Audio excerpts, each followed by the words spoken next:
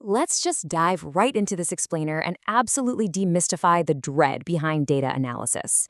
If you're a college student or a researcher, you already know exactly what I'm talking about. Today, we're exploring a brilliantly unique textbook called Statistics for College Students and Researchers by Dr. Michael M. Nikoletseas. And trust me, this isn't your average dry, puts-you-to-sleep math book. It's a literal survival guide for the scientific mind. You know that sudden spike in heart rate, that mathematical sweat when you're staring at a page full of complex statistics? Well, you are definitely not alone. It's wild, but so many brilliant researchers will design these incredible experiments, collect absolutely fascinating data, and then just freeze the second it's time to run the numbers. So why does that happen? Honestly, it's usually because statistics is taught as a purely mathematical exercise, completely divorced from the messy real-life research environment. When you're faced with an intimidating variance formula, it's no wonder it causes instant anxiety. If you don't already know what those specific symbols mean, it looks like an alien language. But this is exactly the problem Dr. Nikoletseas' textbook solves. The way formulas are traditionally used often blinds us. They prevent us from understanding the actual underlying logic of applied statistics. But what if we could bypass all that rote memorization and learn the core concepts first? To see how that works, we're going to break this down into 5 quick parts. First, the gut-level approach. Second, variance and the goddess. Third, t-tests without tears. Fourth, conquering the ANOVA ocean. And finally, becoming a confident researcher. Starting off with Part 1, the gut-level approach. Understanding concepts. There's a sharp, fundamental contrast between traditional textbooks and the unique, story-driven method we're exploring today.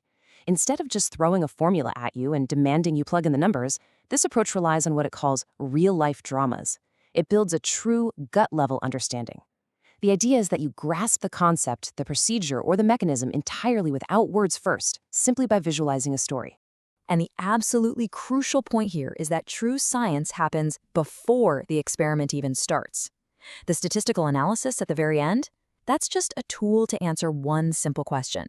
Is my finding reliable? And the math required to do that is remarkably basic. We're talking addition, subtraction, multiplication, and division.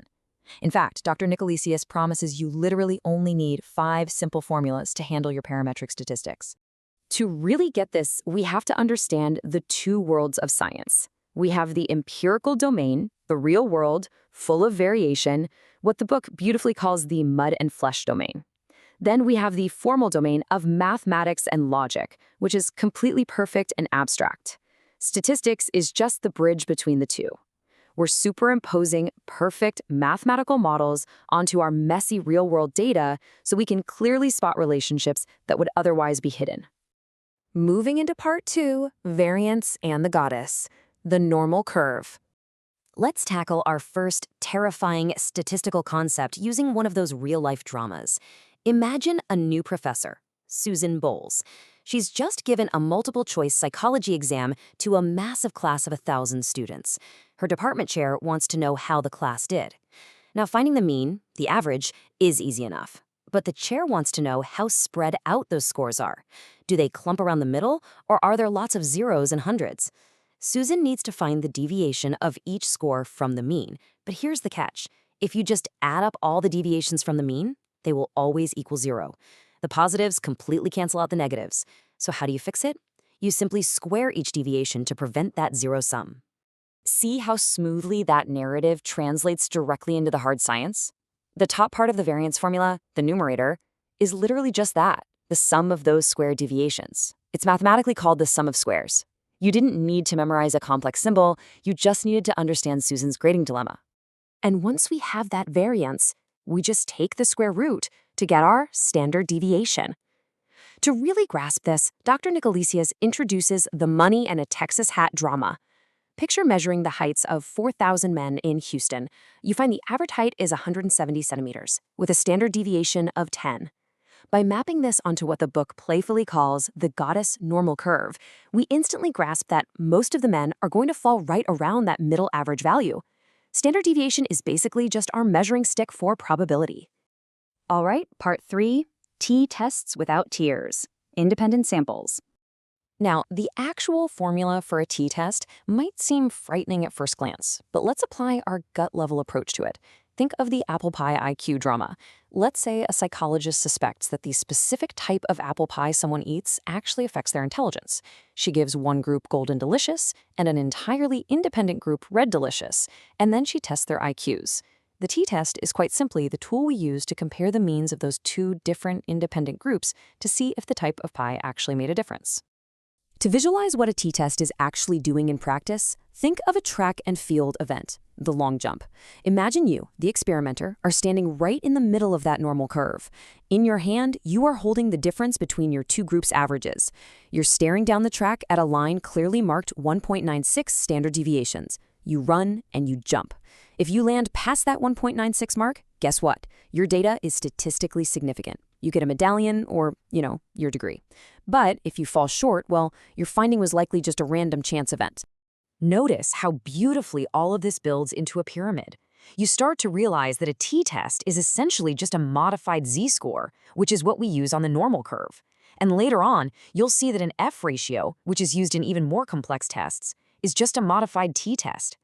It's a real game changer because it proves that statistical knowledge is completely cumulative. Once you truly understand the base concepts, the top of the pyramid makes perfect sense. Part 4. Conquering the ANOVA Ocean. Complex Designs.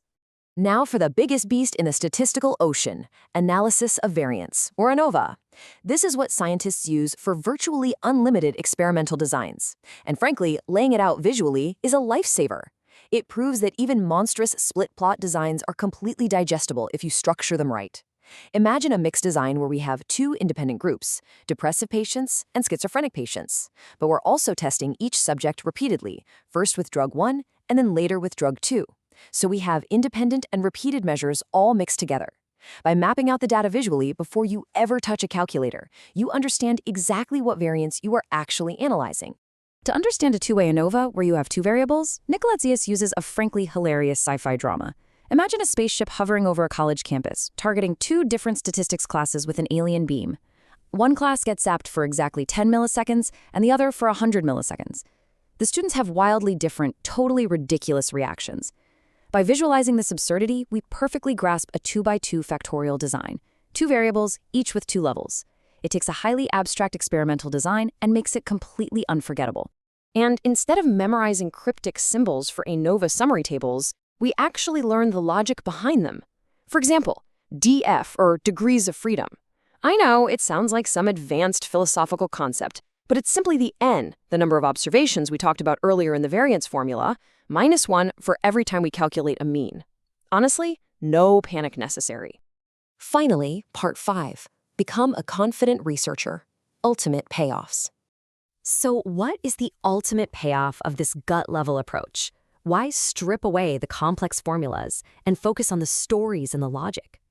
Well, this isn't just about barely passing a Statistics 101 class. It's about genuinely empowering graduate students, medical students, and postdocs. Today, software does the math for you anyway.